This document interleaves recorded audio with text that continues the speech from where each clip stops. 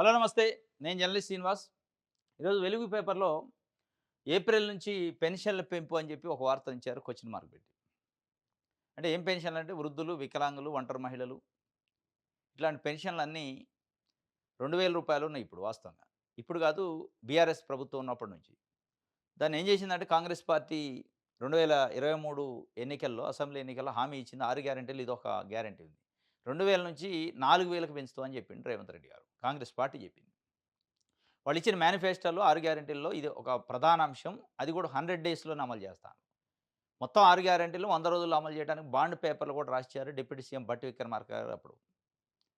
అట్లా చాలామంది కాంగ్రెస్ పార్టీ నాయకులు ఆ బాండ్ పేపర్‌లు రాసిచ్చి 6 గ్యారంటీ కోసం ఆ గ్యారంటీ కార్డ్ ఇచ్చారు. కానీ అది అమలు కాలే. 2 ఇయర్స్ కంప్లీట్ అయింది. ఇప్పటికి థర్డ్ ఇయర్ కూడా ఎంటర్ అయినాం మనం. విజయోత్సవాలు కూడా చేసుకున్నారు. ప్రజల్లో అంటే గ్రామాల్లో వాస్తవంగా ఇప్పుడు జరుగుతున్న చర్చ ఏందంటే, ఎక్కడ రచ్చబండ దగ్గర ఒక నలుగురు వృద్ధులో, వికలాంగులో, మహిళలో, ఈ ఒంటరి మహిళలో, విడోసో కూర్చుంటే, రేవంత్ రెడ్డి పెన్షన్ పెంచుతున్నాడు నమ్మి మనం ఓట్లేసినాం. రేవంత్ రెడ్డి పెన్షన్ పెంచట్లేదు. కాంగ్రెస్ పార్టీ పెన్షన్ పెంచట్లేదు అని ఒక చర్చ నడుతుంది. ఆ చర్చ గవర్నమెంట్ దృష్టికి కూడా వచ్చిందట. ఇంటెలిజెన్స్ రిపోర్ట్స్ వచ్చినాయట. చాలా తీవ్రమైన దెబ్బ పడే అవకాశం ఉంది రాజకీయంగా కాంగ్రెస్ పార్టీకి. మనం ఇదే పద్ధతిలో అంటే 6 గ్యారంటీలని ఇక వారంటీ లేని గ్యారంటీలు చేస్తే మనకి కూడా వారంటీ లేని గ్యారంటీ ఇస్తారు ఎన్నికలలో అని చెప్పి వాళ్ళకి ఒక సింప్టమ్స్ అర్థమవుతుంది. ఇప్పుడు గ్రామ పంచాయతీ ఎన్నికలలో చూస్తుంటే కూడా తెలుస్తుంది. సింబల్ లేదు వాస్తవంగా ఈడ. సింబల్ లేని ఎన్నికల్లోనే బీఆర్ఎస్ పార్టీకి ఊహించిన దానికంటే ఎక్కువొచ్చినాయి. అన్నిటికంటే కాంగ్రెస్ పార్టీకి ఎక్కువొచ్చినాయి. దాదాపు 5000 పైచిలుకు ఇప్పటికి సర్పంచ్ ఎన్నికలు జరిగి రిజల్ట్స్ వచ్చినాయి 2 దఫల్లో. 5000 పంచాయతీ సర్పంచ్‌వి.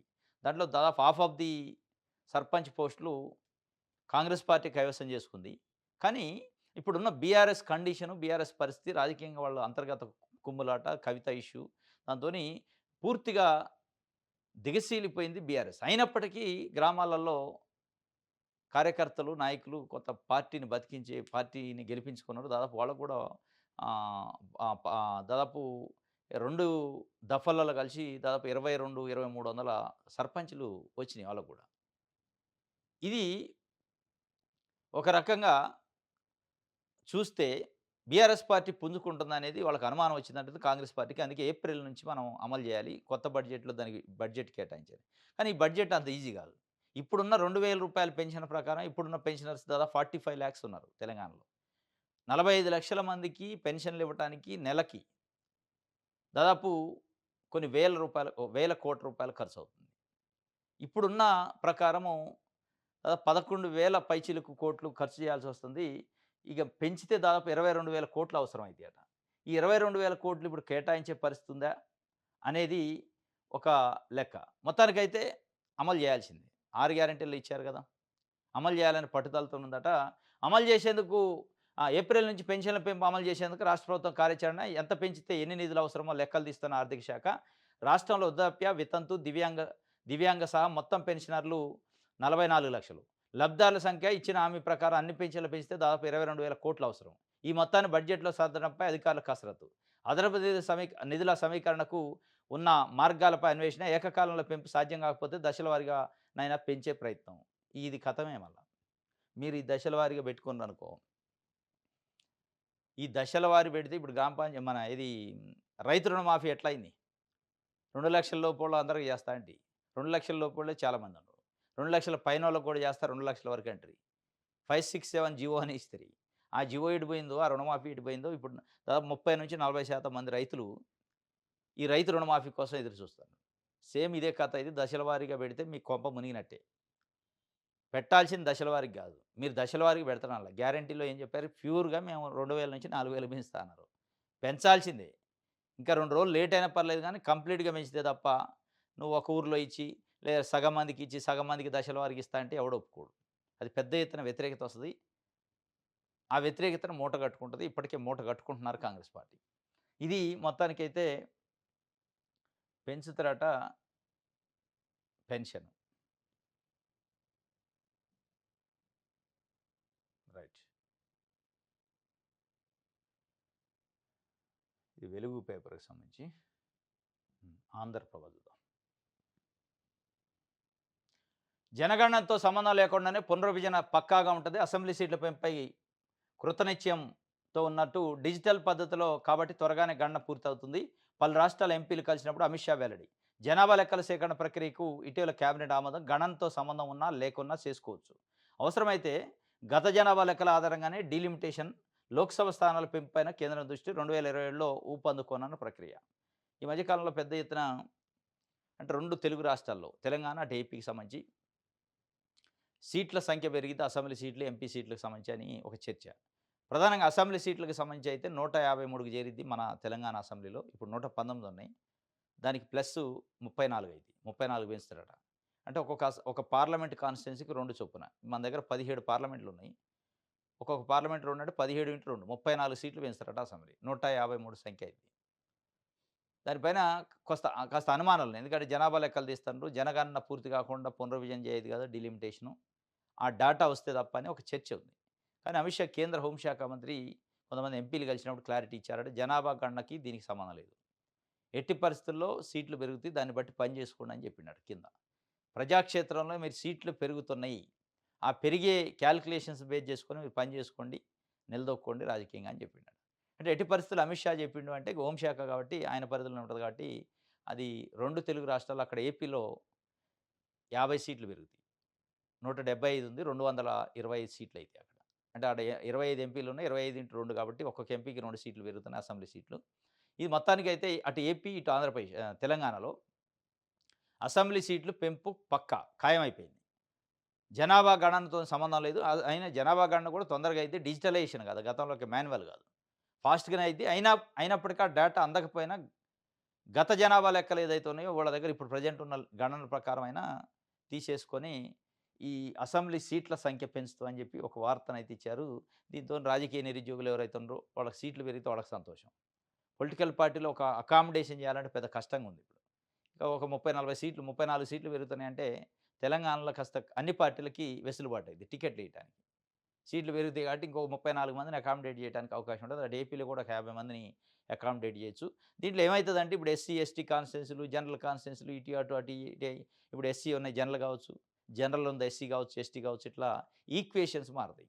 ఈ ఎఫెక్ట్ ఏమవుతుందంటే ఇప్పుడు ఎగ్జిస్టింగ్ ఉన్న మంత్రుల్లో, ఎమ్మెల్యేలో వాళ్ళ పనితీరులో తేడా వస్తుంది.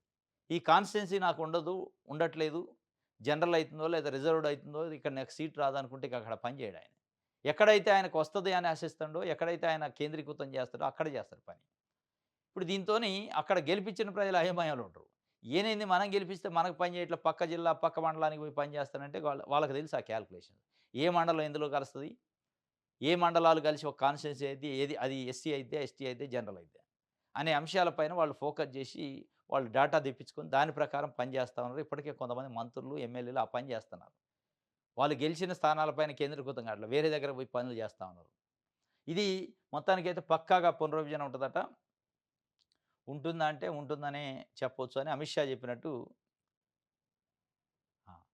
మా పైసలు మాకియ్యాలే. ఇంటింటికి వెళ్లి ఒత్తిళ్లు, వేడుకోళ్లు, దేవుళ్ల సెంటిమెంట్‌తో ప్రమాణాలకు డిమాండ్, పల్లెపూరులో కొత్త ట్రెండ్, రివర్స్ పంచాయతీ.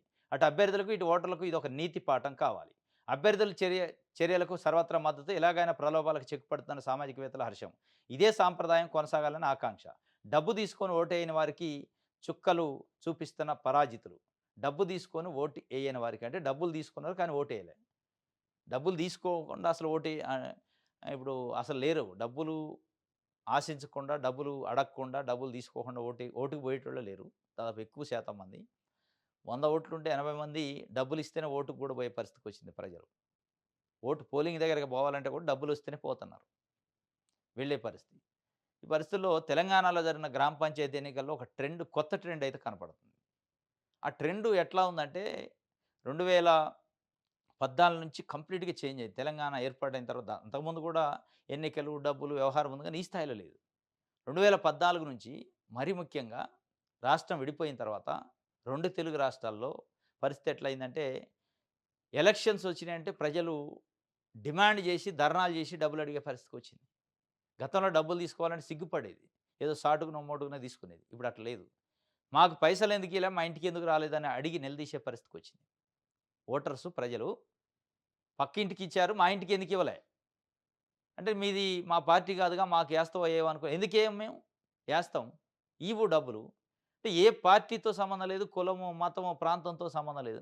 అతను నచ్చుతడా, నచ్చడా క్యాండిడేట్‌తో సంబంధం లేదు. మంచోడా, చెడ్డోడా డబ్బులియ్యి నువ్వు. ఏస్తాం మేమని డబ్బులు డిమాండ్ చేసి అడిగే పరిస్థితికొచ్చింది. ఈ ట్రెండు ఇప్పటి వరకు ఇప్పుడు ఏం కొత్త ట్రెండ్ వచ్చిందంటే, డబ్బులు ఇచ్చినోళ్ళు ఏదైతే డబ్బులు పంచి ఎలక్షన్స్‌లో పోటీ చేస్తారో, ఓడిపోయినోళ్ళు మళ్ళీ ఇంటికొచ్చి వసూలు చేయడం ఒక కొత్త ట్రెండ్. 2014 నుంచి 24 వరకు ఇది చూసినాం.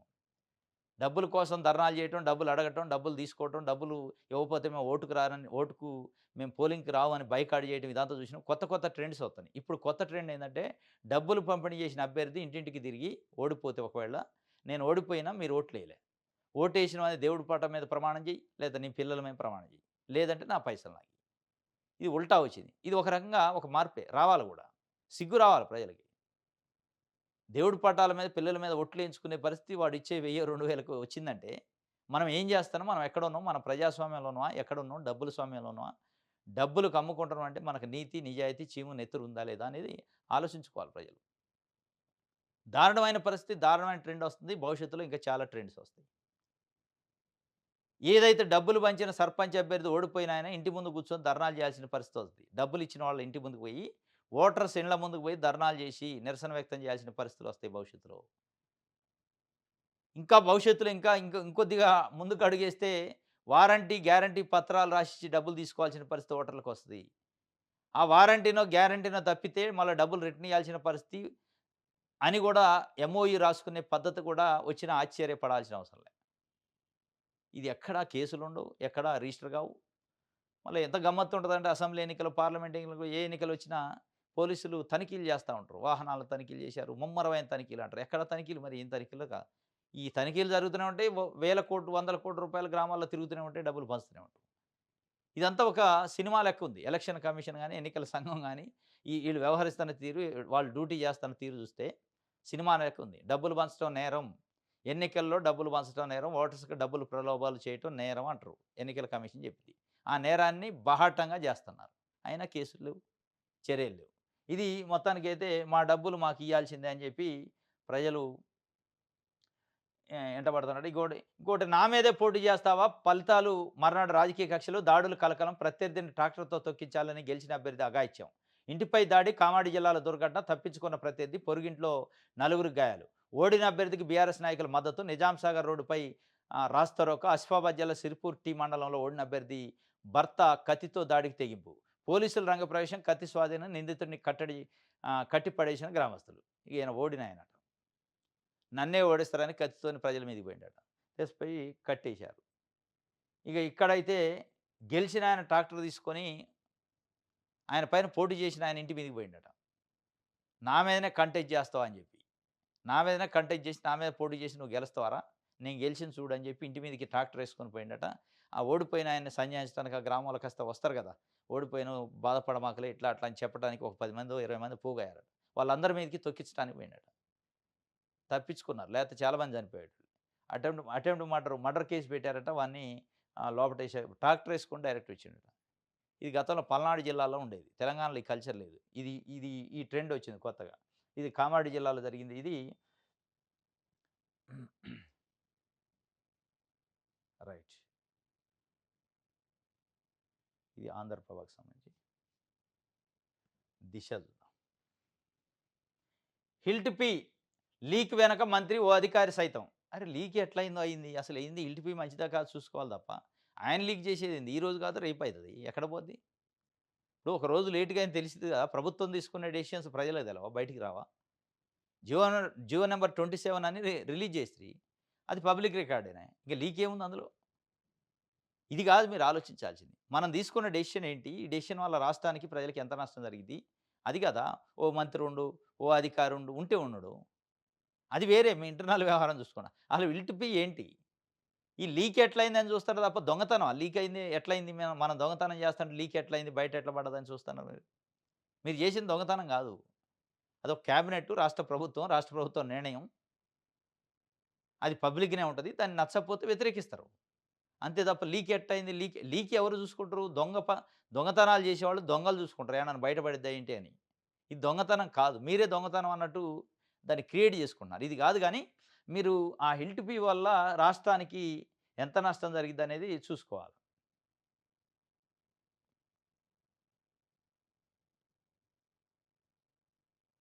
ఇది ఈరోజు న్యూస్ అనాలిసిస్. రేపు తాజా వార్తలతో తిరిగి కలుసుకుందాం. Thank you.